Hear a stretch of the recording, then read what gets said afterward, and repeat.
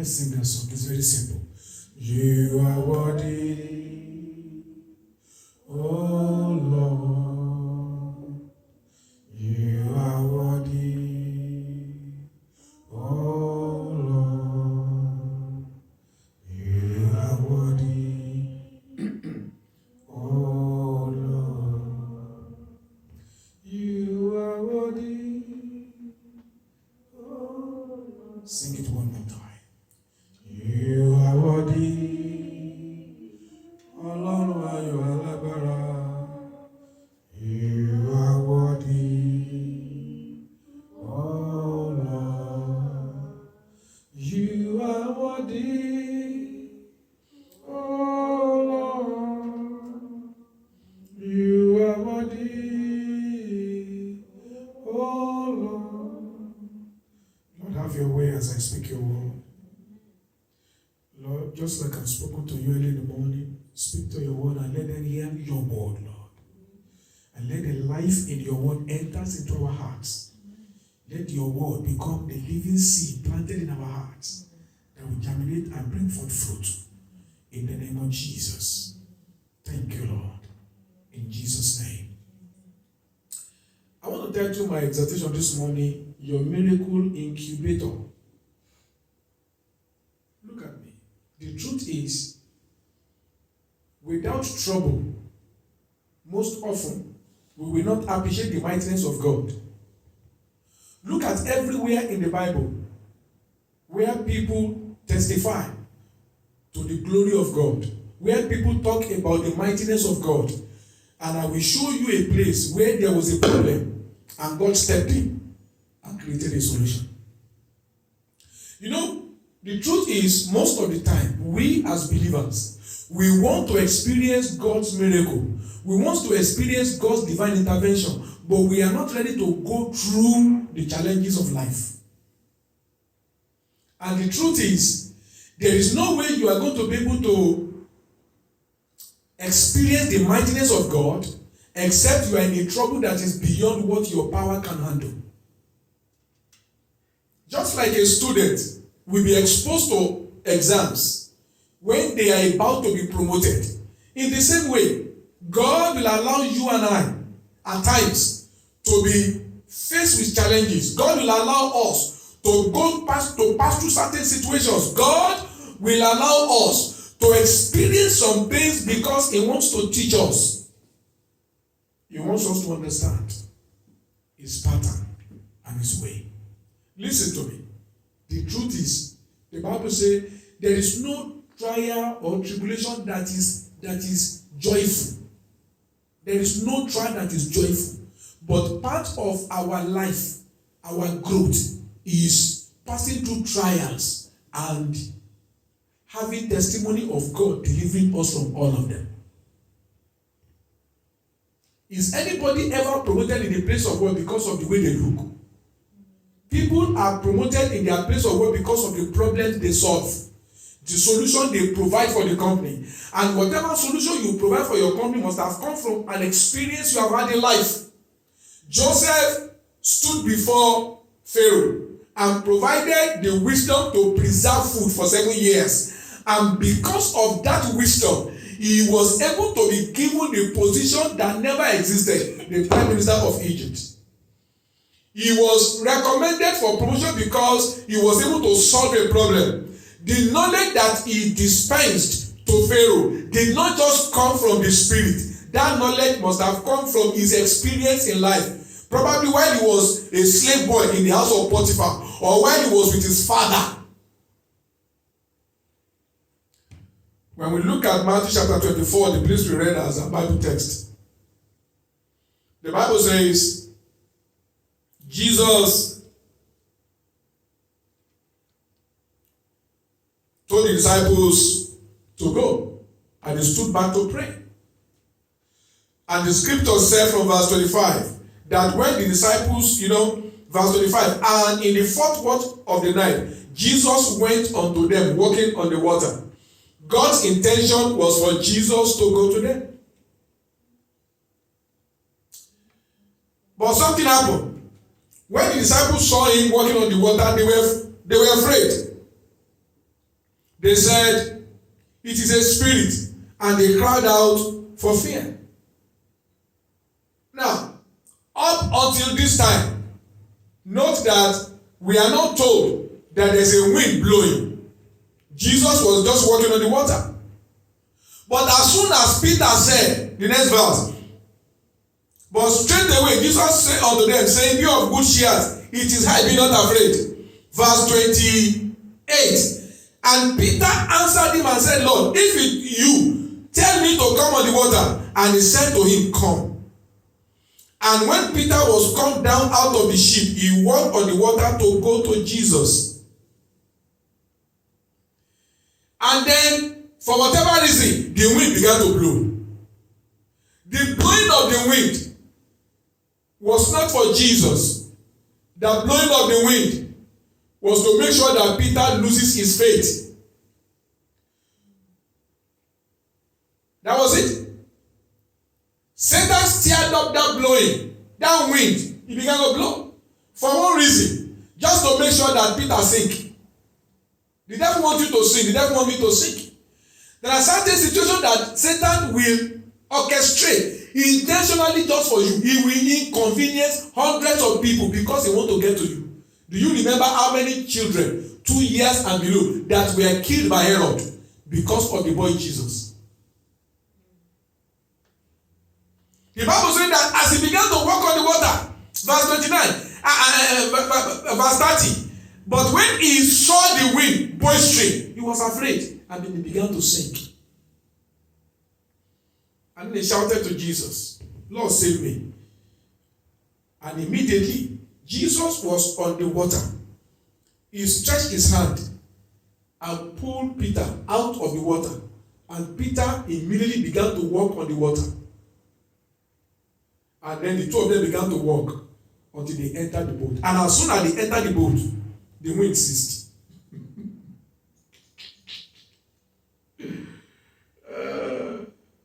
Look at verse 32. And when they were coming to the ship, the wind ceased. So the wind was actually, it was not a natural wind. Satan orchestrated it for just one thing. To make sure Peter sink.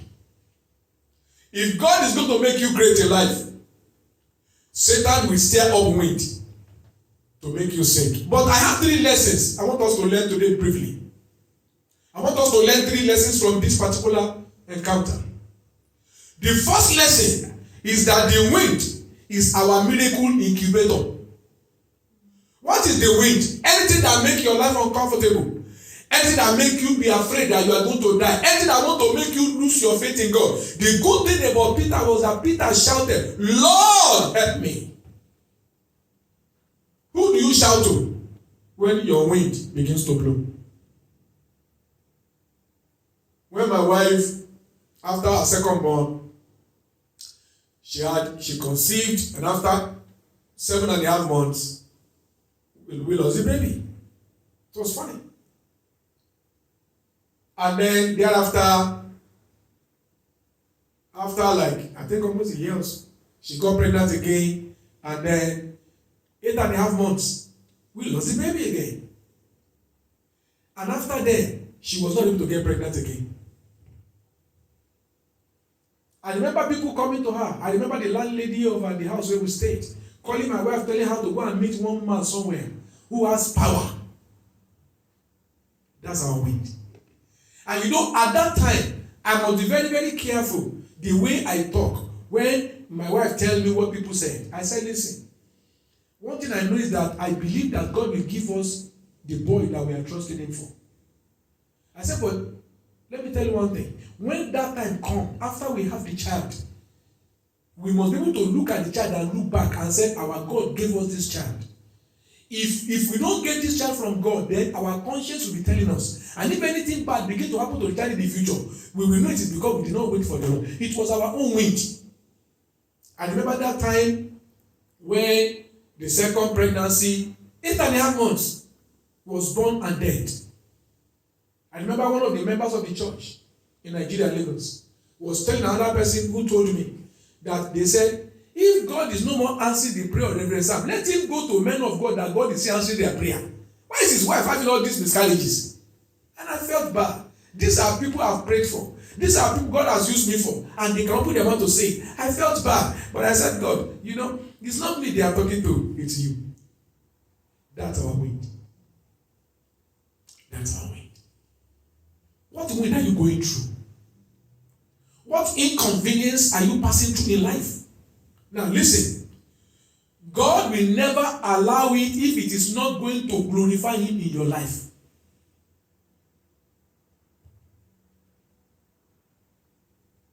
The wind is our miracle incubator. God allows so that a miracle can be born out of it. Your faith can be strengthened. Your experience can be enforced. Let's check 3 scriptures. Isaiah chapter 42 and verse 2. Isaiah chapter 42 and verse 2.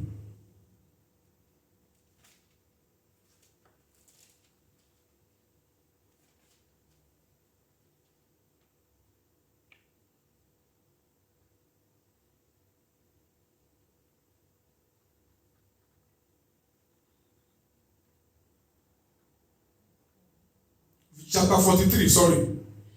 Isaiah chapter 43 and verse 2. God was speaking to the people of Israel. And whatever He said to them then, He's saying to us now. He said, when thou pass through the waters, I will be with you. You are not alone. Although at that time, it's a lonely time. It's a lonely season. It's a season when your friend seems to be far off. Even though your friends are close, but it looks lonely from inside of you. God said at that time, when you pass through the waters, I will be with you. And when you pass through the rivers, they shall not overflow you. And when you walk through the fire, God did not say He will prevent you from walking through the fire. God did not say He will prevent you from passing through the rivers. He said when you walk through the fire, you shall not be burnt. Neither shall the flame kindle upon thee. God is saying, I'll put you in the trouble. Of course, it's not easy, humanly speaking, because we are living in a world where there's a lot of comparison. People of your age, your friends, even some of them who are not even born again. It looks like they are prospering and they are doing better than you.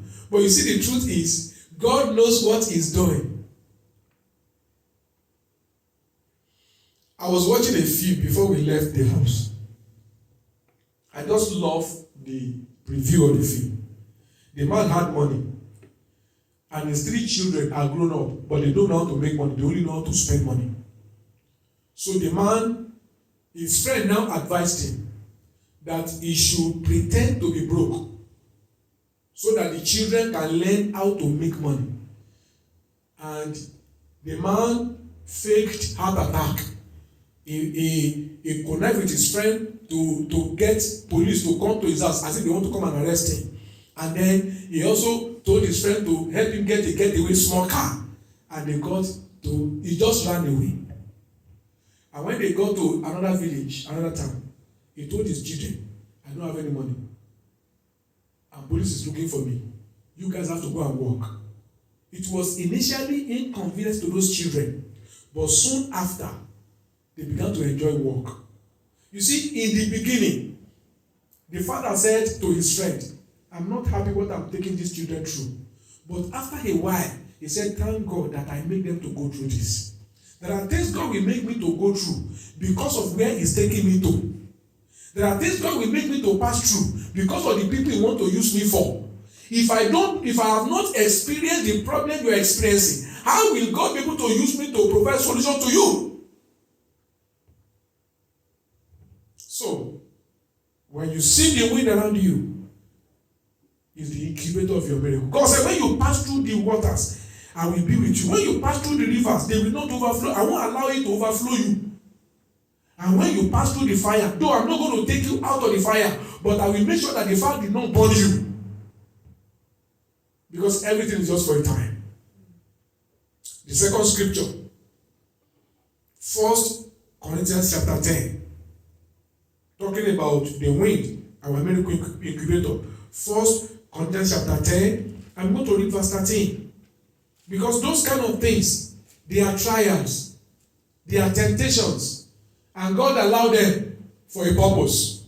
1 Corinthians chapter 10 and verse 13. The Bible says, there has no temptation that has taken you, but such as is common to man. Is common.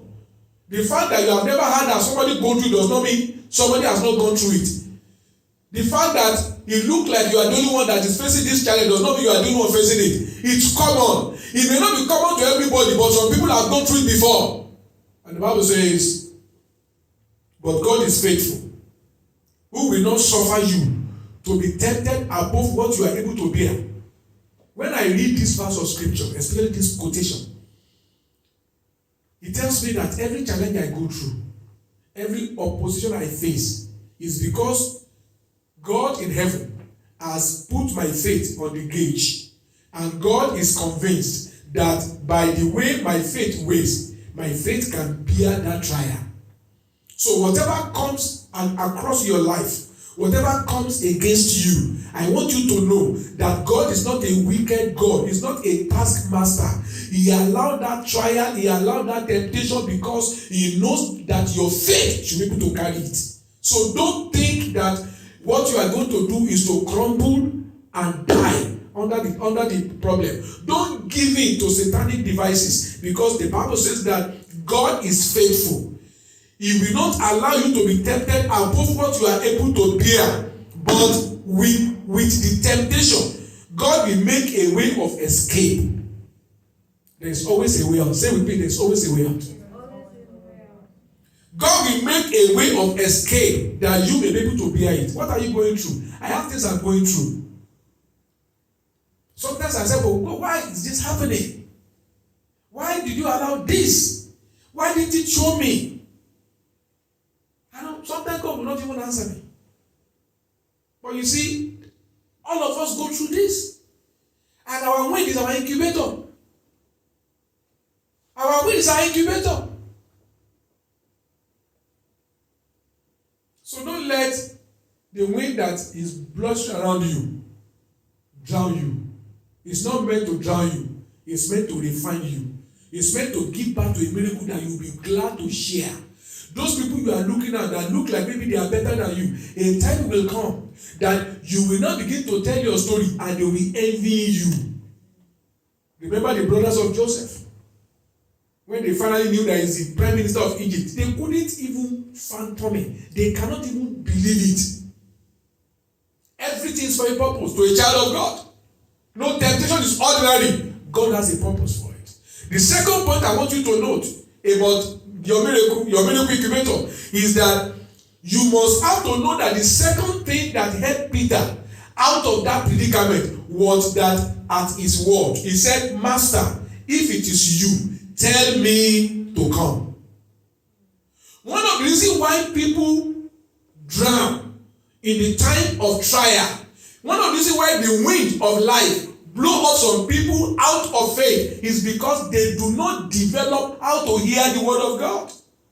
Many of us, we have developed the habit of hearing the word of the prophet, but we have never taken time to train ourselves to hear the word of God. And, because I have the prophetic anointing, and I have the anointing to raise prophet and prophetess over the years, I keep saying to myself every time I pray, I said, if it is God that has spoken, God will do what he has said. If anybody said God said and it didn't come to pass, that means that God did not speak to that person. God is the being. His personality is that he is too faithful to fail. So if you can locate it in the word of God, God is committed to bringing it to pass. Sometimes it might even look as if it is impossible, but God is committed to bringing it to pass. Heaven and earth can pass away. That's what Jesus said. He said, but a jot of my word will not go unfulfilled. So the question is, what word of God are you hearing? Are you hearing the word of God? Peter said, Master, if it is you walking on the sea, tell me to come. There are times that by the way you pray, by the things you do, you will still help God to speak. Solomon offered 1,000 sacrifices.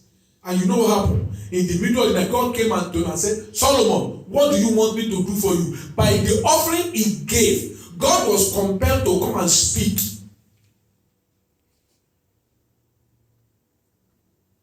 When the king was told that he was going to die, he should put his house in order, he was going to die, he faced the wall and began to pray. And the word of God came back to the prophet. He said, go back and tell Hezekiah, I've given him 50 years more. You see, you can initiate God to speak to you by your study of the word, by fasting and prayer, by waiting upon the Lord, by confessing that you will not fail but you will succeed. God will speak. The second thing I want us to note is that Peter steered God to speak to him through Jesus Christ. Look at Luke chapter 5 verse 5. Luke chapter 5 and verse 5.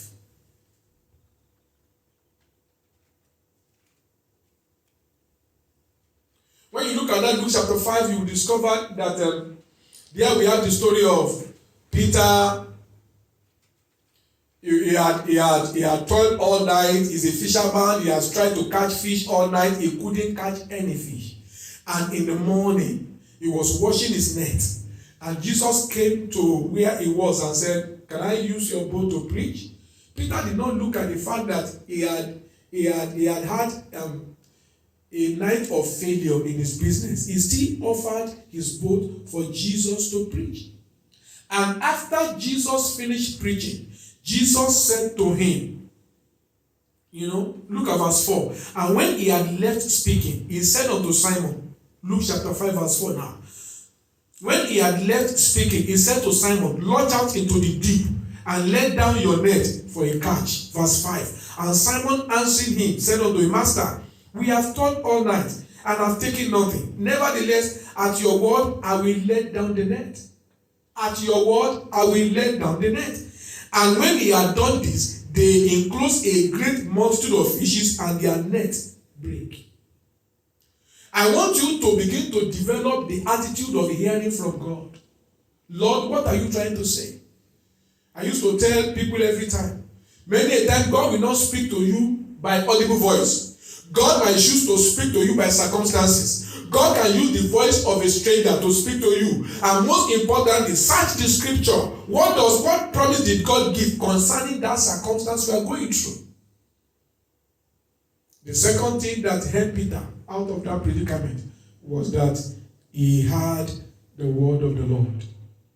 In Matthew chapter 14 verse 28. Matthew 14, 28. Let's read it. Remember, we are talking about your miracle incubator, and we are looking at the story of Peter walking on the sea and then drowning, according to Matthew chapter 14 verse 25 to 32. Now, Matthew 14, 28.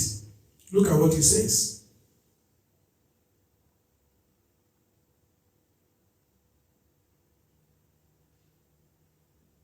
Peter said unto him, Lord, if it be thou, bid me to come to you on the water.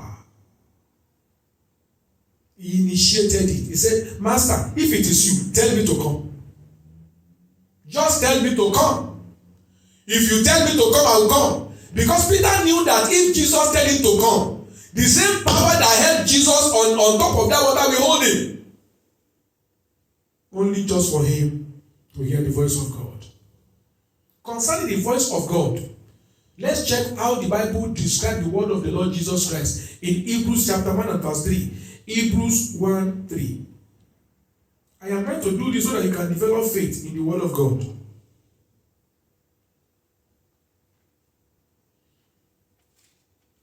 In Hebrews 1, 3, the Bible says, it was talking about Jesus, who being the brightness of his glory, and are you there, Bible? I want to see it. Hebrews 1, 3.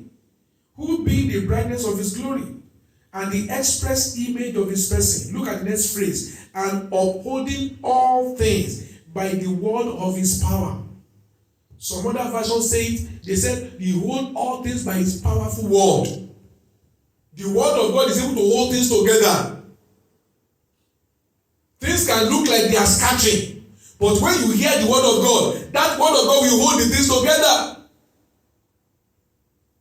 It may look like you are going to be deserted and things are going to work against you. But when God speaks and you believe it and you act on the word, suddenly the hand of God will just hold everything together because He upholds everything by the word of His power.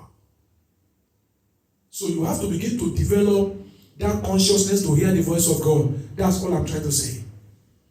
I have to begin to develop that consciousness to hear God better. Every time I pray, Lord, I want to know you more. I want to be able to understand you better. I want to be able to interpret your word. I want to be able to hear you better, Lord. And you need to pray the same prayer. I'm talking about the word of God. In the book of Hebrews chapter 4 verse 12. Hebrews chapter 4 and verse 12. Look at what the Bible said. He said the word of God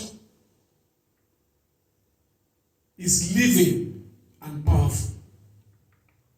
Another version says the word of God is full of life and is full of power. If it is God that speaks, He will defend it. That's why your greatest asset is to hear from God. Concerning anything you want to do, the choice of husband to marry, wife to marry, business to do, the man of God you submit under, because that is destiny related. Things that have to do with your destiny, make sure you hear from God. When you find yourself in a storm and you don't know the way out, ask God, Lord, which way out for me? Open my eyes. Get me out of this problem, God. Jacob was in the house of Laban. Though Jacob was related to Laban because he was actually the son of Laban's sister. But Laban was determined to keep Jacob working for him all his life. But when God spoke to Jacob, the wealth of Laban that he had all his life was transferred to Jacob within 6 years. How many years? 6 years. That's what the power of God can do when you follow His word. Please, I want to develop hunger for the word of God. It's your lifesaver. It's my lifesaver. God will stand to defend whatever His word say. The third thing that we learn from this lesson is all things are possible. All things are possible. Nothing is impossible when the Lord is with you. It may not happen the way you expect.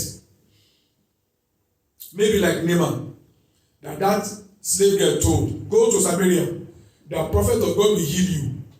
When the prophet of God did not come out but send a messenger to him, he said, I thought he was going to come, he was going to come out, he was going to stand before me, lift up his hand, call upon the name of his God, and strike the area of my leprosy. He had an expectation of how he think God will do it. But God can choose to do what He wants to do for you in another way.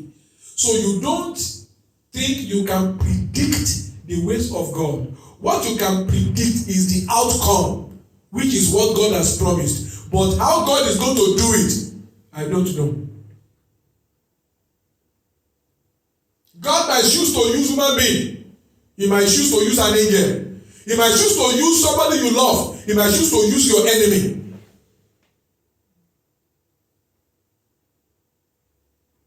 Mark chapter 9.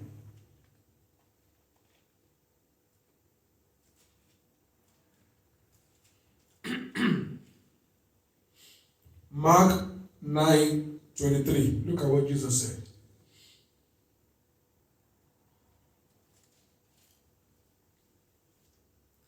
Jesus said unto him,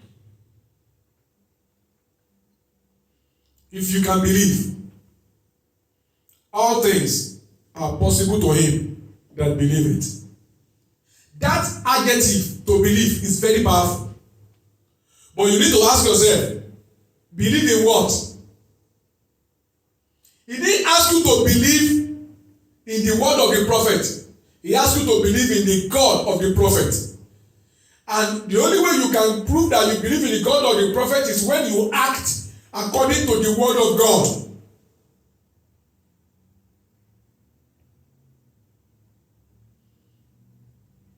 If I believe the word of God, then I will be expecting it to come to pass. I may not know how.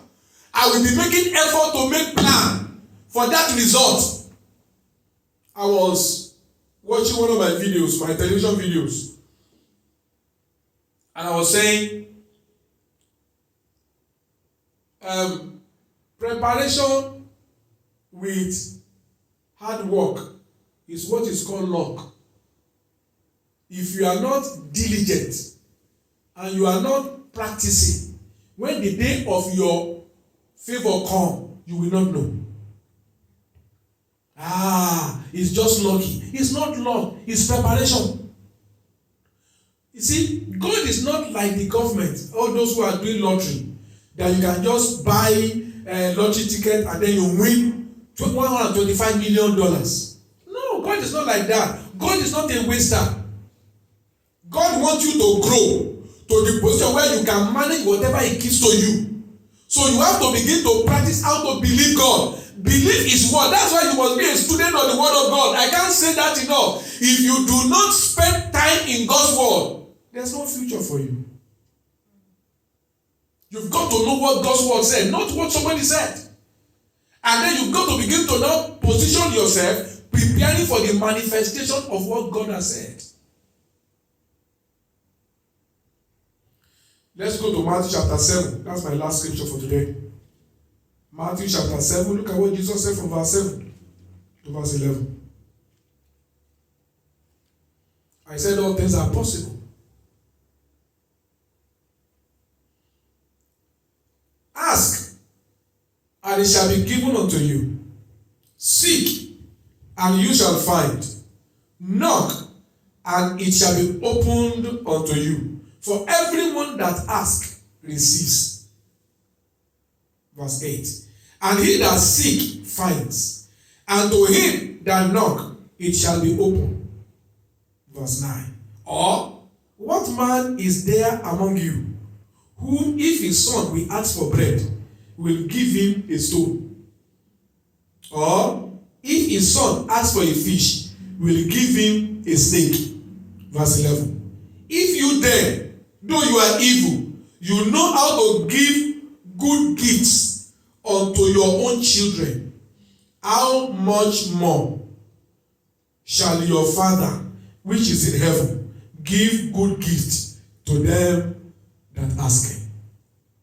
When I was praying this message earlier today, I remember when my children were young, especially my second daughter. I cannot forget. And then my boy also began to do the same. She will ask me for something. My daddy, I want you to do this for me. And you see, my style of life is, my word is my bond. So, if I say it, I will make sure I do it. Maybe they know. So, my daddy, you will do this thing for me? I will not answer. Daddy, say yes now. Oh, daddy, please now, say yes now. I said, stop disturbing me. I want you will do this thing for me. Oh, yeah, say yes. I said, okay. Hey, you now go to the friend. My daddy will do it for me. He said yes. And you see, I remember when I was reading this message, that thing that she does put pressure on me. I want to make sure I don't disappoint her expectation. She has even told her friend. So not only will she be expecting the answer, even the friend will be expecting it. So it places pressure on me to perform. And Jesus said, it's the same thing with God. If we that are earthly father, if we give our children good things because they ask, Jesus, how do you think the heavenly Father will feel not being able to provide whatever you ask him? Why am I saying this? Peter said, Master, if it is you, ask me to come. Ask God for things that are difficult to achieve, things that is beyond your human ability. Think big about your future. Think big about the project. Think big about your financial expectation. And like we are told in the exhortation, make sure that your purpose for asking for big money is not just to prove to human being, but to fulfill the plan and purpose of God for your life. To leave inheritance for your children's children. Have one attitude I don't believe that people say the struggle I went through, I don't want my children to go through it. I said, no, that's not a good focus. Let your children know how to work for money, so that when they start making money, they will know the value of money. When my first daughter finished her secondary school, I told my wife, we are drafting her to school. She's going to be teaching. She will start earning salary. Let her start knowing how to spend. Let her start knowing how to save. Let her start knowing how to give tithe and offering. It's not the money. Even when they were in school, we give them weekly pocket money. And then the second daughter will finish her own money. And now we begin to now go and pester her sister. She says, please now. Sister, I'm hungry. And then she'll be begging her sister in the front of her friends. Then our friend will say, Esther, she's your sister now. What am I saying? God is committed to you. When you find yourself in the storm, don't say, why me? Just say, Lord, number one, what do you want me to learn? Number two, what is the way out? Because God has a plan for you. Let's rise up to pray. I'd like you to talk to God. Father, I thank you for your word that has come to me today. My prayer is that you will help me from now to begin to see my challenges as your instrument for my miracles. Open your mouth and pray. Father, help me from now that I'll begin to see my challenges as the incubator for my miracles in the name of Jesus. That, Lord, I will no more begin to complain, but I'll begin to face the trials, knowing that if you allow them to come my way, then you have prepared my faith for them. I'll begin to trust you for wisdom to deal with the challenges, and I'll begin to trust you, Lord, for a way out of the problem. In the name of Jesus. Talk to God. Father, help me. Help me from now. I don't want to sink like Peter sung. I don't want to sink. I don't want to be bent over by the challenges of life. Help me, Lord Jesus. Help me, Lord Jesus. Help me, Lord Jesus. Help me, Lord Jesus. Help me to stand in the days of adversity. Solomon said, if you fail in the day of adversity, it means your strength is small. Lord, help me to stand in the day of adversity. Help me to stand in the day of adversity. Help me to stand in the day of adversity so that I can be qualified for higher level of progress, higher level of honor, higher level of dignity. Help me, Lord. And I don't know whether you are getting weak in your heart. Maybe you are getting discouraged. We all do. I'd like you to pray, Lord, I need your help. Encourage me. Encourage me, Lord. Give me a miracle of encouragement. In the name of Jesus. I need you to prove to me, oh God, that you still love me. Give me the miracle of encouragement. Give me the miracle of encouragement. Give me the miracle of encouragement. In the name of Jesus. Give me the miracle of encouragement. In Jesus' mighty name we pray. I pray for you today that in the name of Jesus, the grace to go forth in this strength, passing through the wind and coming out triumphant. I pray for that grace to come upon you. I pray for that grace to come upon me.